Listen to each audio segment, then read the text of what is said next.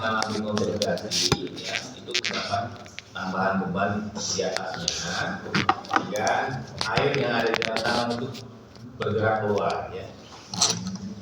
Karena airnya keluar, volume jadi mengecil. Paham? Ya, itulah konsepnya itu doang ya. Jadi konsolidasi pengurangan volume tanah jenuh air ya dengan permeabilitas K ya, dengan K rendah ya. Very low permeability ya. Jadi kaya rendah itu tanahnya lempung dan lanau. Jadi konsolidasi itu terjadi pada tanah dan lempung saja biasanya. Jarang terjadi pada pasir. Kenapa? Karena kaya pasir besar. Ya.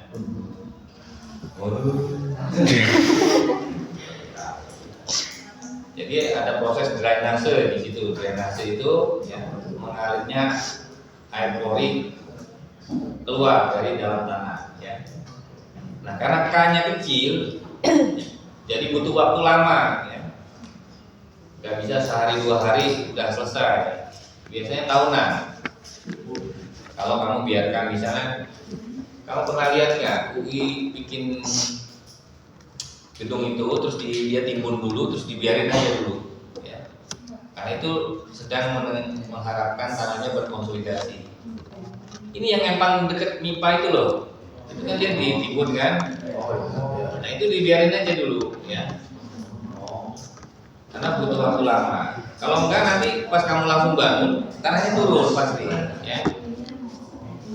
Oke. Nah udah jangan lama aja. Bab pertama depan dulu ya. Jadi proses konsolidasi berlangsung karena adanya tambahan tekanan air pori akibat beban ya tadi ya. Nah, tekanan air pori ini ya itu menyebabkan kenaikan tekanan total. Ya. Nah, tekanan total sampai ditunggu dia habis ya, 0. Berarti konsolidasi selesai. Nah, kebalikannya konsolidasi itu adalah swelling atau heaving. Tahu? Ya, ngembang. Ya. Kalau kamu ngembang samping ya, nggak bisa ke atas. Kalau tangan ngembang ke atas. Ke atas ya. Udah mentok tingginya. Nanti kalau udah nikah baru pasti ke samping semua. Nama semakin ke depan. Pertanyaan, ya.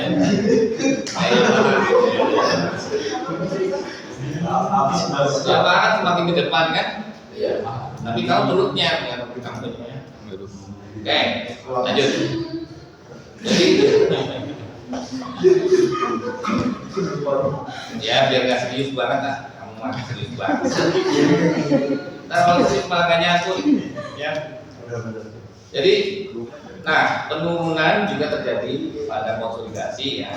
Itu biasanya penurunan vertikal, ya. Dan ada tahapannya. Nah, biasanya terjadi akibat ya bangunan didirikan di atas tanah lempung lunak jenuh air. Nggak ada lempung lunaknya nggak kering gitu. Kalau kering dia awal turun, ya. Tapi kalau jenuh air dia pasti turun.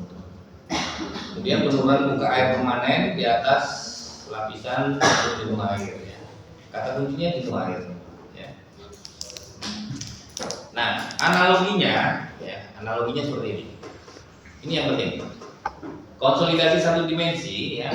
Anggap aja ya ini silinder ya. Silinder berpiston. Kamu kalau suka mobil pasti tahu piston apa ya. Piston yang gerakin mesinnya itu ya. Nah, ya. Bukan bus, itu nggak ada pistonnya. Apa ada pistonnya?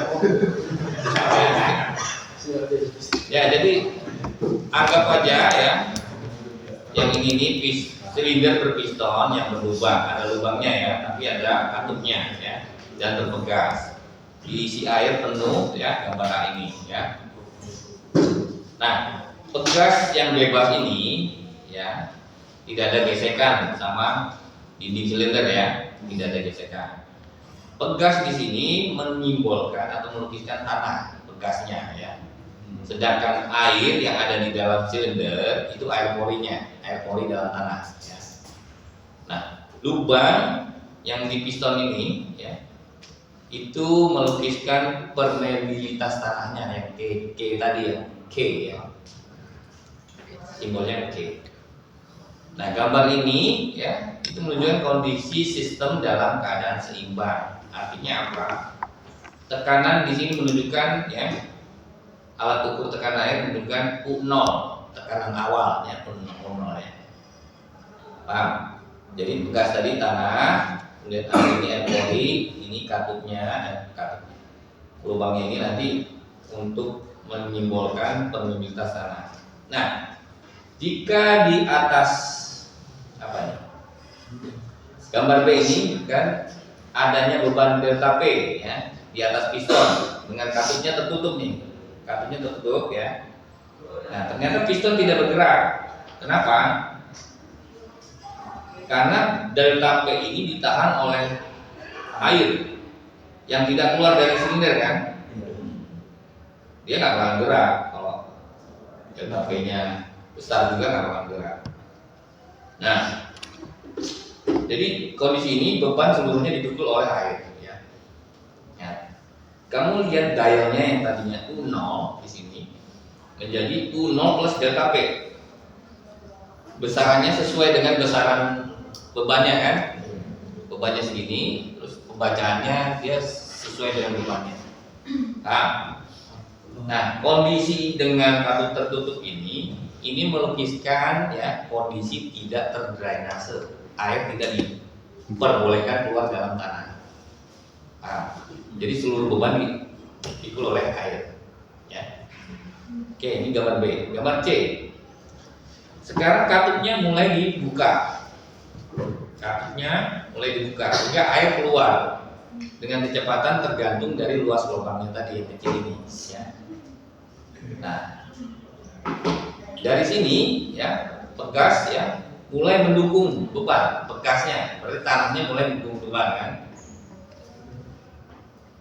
Yang awalnya tadi dipikul seluruhnya oleh air, sekarang bekas mulai menerima beban. Paham? Nah, kondisi ini menggambarkan tanah sedang berkonsolidasi. Airnya keluar sedikit demi sedikit, beban mulai ditahan oleh pegas, oleh tanah. Nah, kondisi ini disebut konsolidasi pada tanah. Paham? Kamu lihat dialnya lagi. Dialnya itu ya, yang tadinya U0 plus delta P ya, sekarang menjadi U0 plus delta U1 ya. Jadi beban yang mendukung bekas ya, itu melukiskan tegangan efektif tanah ya, sedangkan tekanan air dalam silinder ya, itu tekanan air pori tanah ya. Oke. Terus air keluar sampai tidak ada air yang keluar lagi. Artinya air di dalam tanah, dalam silinder sudah keluar. Kemudian delta P sepenuhnya ditahan oleh pegas ya. Ya. Kemudian U0-nya balik lagi ke awal tadi. Nah, disitulah konsolidasi selesai. Nah, akibat konsolidasi itu terjadi penurunan SC ini. Yang dari awal tadi posisinya di atas sampai konsolidasi selesai, dia diam. Ya. Jadi tekanan air pori 0 ya. Jadi yang tadi ini menunjukkan tekanan air pori ya, tadi ya. Sampai balik lagi ke awal ya. Maka saat angka pori ya menunjukkan 0, itu menunjukkan konsolidasi telah berakhir, selesai. Apanya tepuk tangan? Ya artinya ya, kalau yang tadi posisinya di undrained tidak terdrainase ya, berarti di dalamnya itu sebenarnya terjadi tekanan memori. Oke. Nah, ini kamu baca deh, next. Ya tinggal baca om. Ya. Jadi tahapan proses konsolidasi itu ada 3 sebenarnya. Yang pertama itu initial compression, ya, pemampatan awal. Ya. Ini biasanya disebabkan oleh kejutan beban tiba-tiba pertama kali, itu langsung, ya. Nah, yang paling banyak itu adalah konsolidasi primer ini, tahap 2-nya. Nah, yang ketiga ini konsolidasi sekunder, biasanya sisa-sisanya. Ya. Nah, pengujiannya di laboratorium ya itu kita gunakan konsolidometer atau odometer namanya ya. Sampel diameternya itu ada 2,5 in, tebalnya 1 in. Jadi contohnya tahu sini ya, di tengah ini dikasih batu berpori, direndam dalam air. Ya. Bentuknya seperti ini. Ya. Jadi ini cincinnya ya, sampel dimasukkan ke dalam ya, kemudian ditaruh ya penahan di atas. Ini nanti digantungkan bebannya, ya bebannya. Nanti begitu bebannya diaplikasikan, dicatat di penurunannya ini. Ya, penurunannya. Terus kalau bebannya ditambah lagi, catat lagi penurunannya. Ya. Terus sampai 24 jam. Ya. Kalau penasaran baca sendiri. Ya. Baca ini. Ya. Nah, kalau bebannya udah maksimum, terus dikurangi dikit demi dikit, itu yang namanya rebound curve, ya, kurva balik. Ya. Nah, dari uji konsolidasi ini nanti kamu perlu apa? Data, ya, itu waktu, ya, kemudian besar pemampatannya, kemudian delta sigma itu besar penambahan bebannya. Nah, parameter yang akan diperoleh itu adalah CC, CS, sigma, C aksen, dan CV. Ya. Oke.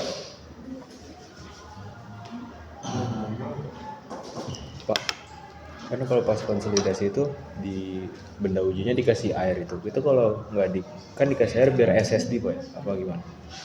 Supaya apa? Oke. Kamu belajar kemarin kan belajar CPETS kan? CPETS itu air mengalir kalau kondisinya apa di dalam tanah? Jenuh kan? Iya. Nggak bisa dia kalau nggak jenuh. Nah, dia kan akan melewati rongga-rongga yang ada terisi airnya. Makanya ini dalam kondisi direndam. Berarti kalau misalnya nggak direndam nggak bakal ada konsolidasi. Nggak bakal ada konsolidasi. Ya. Oke, bagus tanya. Nah, sekarang kita bicara tanah lempung, clay material ya, berdasarkan sejarah tegangan. Oke, sejarah tegangan ya ada historinya ya, stress history namanya ya. Stres Pak. Kalau kamu stress mektek, Enggak. stress lagi, ya mektek doang paling sama mektan. Meklu Pak, Tapi kenapa dijadiin 1 hari saya bingung. Nah, saya juga bingung Pak. Padahal udah saya request udah tahun-tahun jemput jangan jadi 1. Kalau habis mektek pada pusing semua, pada bengong semua, pada linglung kan, apalagi habis mektan juga. Yaudah. Stress history ya. Jadi ada dua jenis tanah lempung berdasarkan histori tegangannya atau sejarah tegangannya. Yang pertama orang normal, normally consolidated, ya, NC namanya ya. Kamu kalau baca uraiannya bingung. NC itu adalah di mana tekanan efektif overburden pada saat ini ya, adalah merupakan tekanan maksimum yang dialami oleh tanah tersebut. Ngerti nggak? Enggak kan? Jadi gini, misalnya nih ya, Gimana ya cara analoginya sebentar? Ada deh. Tapi cara satunya dulu biar ada komparasinya ya. OCR di sini adalah over consolidate ratio namanya ya. Rasio over konsolidasi ya. Nah, yang OC over consolidate itu di mana tekanan efektif overburden pada saat ini adalah lebih kecil dari tekanan yang pernah dialami oleh tanah tersebut sebelumnya.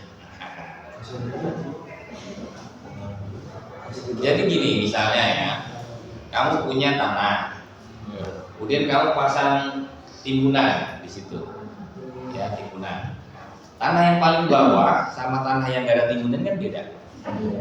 Nah, tanah yang ada di bawah timbunan itu yang OC, yang tanah biasanya itu yang normal itu ada normal NC. Tanah. Jadi tanah yang sudah mengalami pembebanan sebelumnya, ya, ketika dia di galiannya diupas, tanah yang di bawah timbunan sama yang di luar timbunan itu beda, karena dia udah mengalami pembebanan sebelumnya. Ini yang OC, ini yang NC. Paham? Ya. Nah, kan gampang. Susah tuh belajar, susah.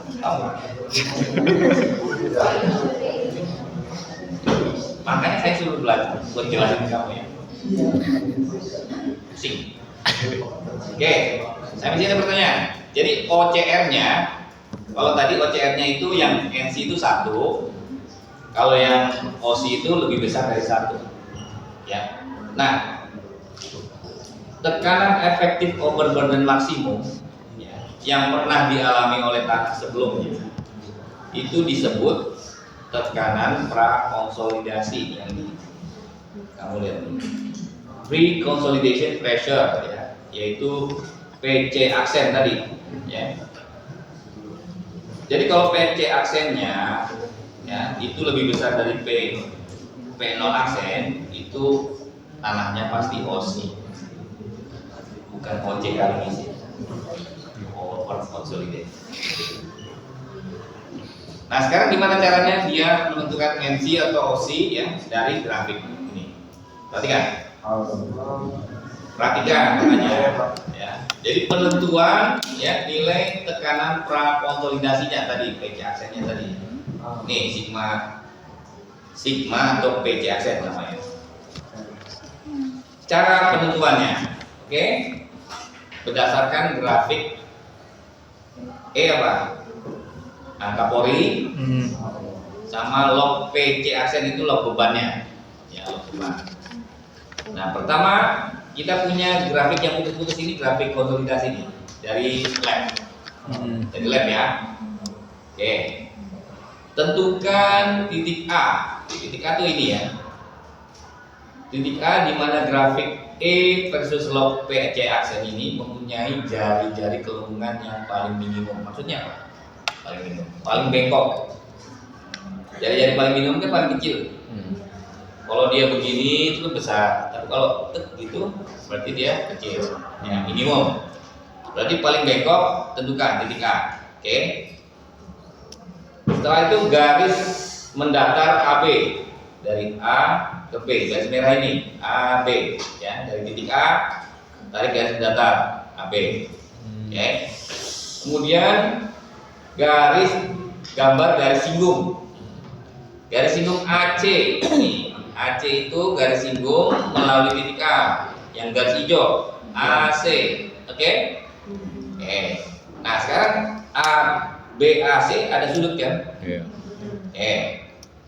Jadi lanjut ya, gambar garis AD, garis AD yang merupakan garis bagi sudut BAC tadi. Jadi sudut yang tadi BAC dibagi 2 menjadi oleh garis AD ini sama besar ya sudutnya. Oke. Nah, perpotongan ya, bagian lurus ini dari yang lurus ini diperpanjang yang hitam ini ya. Perpotongan garis hitam ini sama garis biru ya, itu titik F. Ada Ada yang belum paham? Garis itu, Semuanya belum paham. garis itu dari mana? Cara ulangan mahal. Siap. Saya ulangi. Jadi dari grafik konsolidasi di lab, kita punya yang garis putus ini kan. Ya. Oke. Nah dari sini kamu tentukan titik A yang merupakan garis minimum, jari-jari minimum dari lengkung ya. Titik A, tarik garis datar AB, ya. Kemudian tarik garis singgung melalui titik A, AC, yang hijau. Nah BAC dibagi dua melalui garis AD. Oke. Nah perpanjang garis yang bidang ini apa? Kurva konsolidasi yang mendatar ini, tarik panjang garis biru hitam ini ya. Nanti berpotongan dengan yang garis biru di titik F. Ya. Jadi perpanjang bagian lurus dari kurva penguatan asli sampai memotong garis AD tadi kan.